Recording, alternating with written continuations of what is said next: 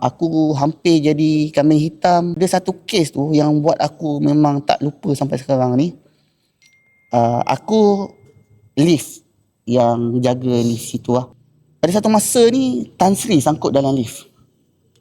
Ni paling besar lah. Berarti paling besar. Yang ni cerita pasal kambing hitam. Masa tu manager building tu dia ni jenis yang depan Tan Sri tu nak jenis cepat lah. Patutnya dia bila Tan orang Sri tu owner projek tu? tak, dia baru nak deal projek. Apa benda aku tak tahu. Bisnes lah. Dekat satu site ni dia datang sangkut dan sepatutnya building kena tunggu lift technician. Tak boleh buat apa-apa, kena tunggu. So masa Tan Sri tu datang sangkut apa semua. Masalah dia kat dalam tu ada building manager sekali tau. Dia ada pegang walkie-talkie. So dia pun sangkut sekali. Dia pressure technician dia jangan tunggu technician lift terus buka, sebab yang technician building tu pernah kerja lift. So dia suruh buka. Sepatutnya tak boleh lah. So nak jadikan cerita, dia orang buka bayangkan dia lift dia sangkut separuh dia kat atas, bawah tu kalau jatuh memang jatuh mati lah.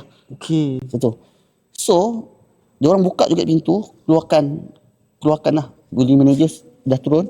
Masa Tan Sri tu keluar, lift bergerak kat atas. Bayangkan lift bergerak. So nasib baik time tu aku dah sampai. Si member tu pula, aku ada walkie-talkie sekali. Ni bergerak mak, dia bergerak. Aku terus tengok kat brake tu, aku terus lock brake tu. Brake lift tu. Lock brake tu, baru stop. Kalau tak, Tan Sri tu dah terbelah dua.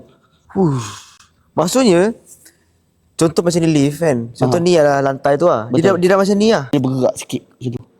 Tidak kalau bergerak. Kalau bergerak habis tu memang putus lah. So sebab benda ni, sebab safety ni tak boleh ambil ringan. SOP betul dia. SOP dia kena tunggu technician lift yang kena buat, yang kena keluarkan orang. Kau Dan aku kenapa lambat time tu, sebab aku kena tunggu lagi satu kawan.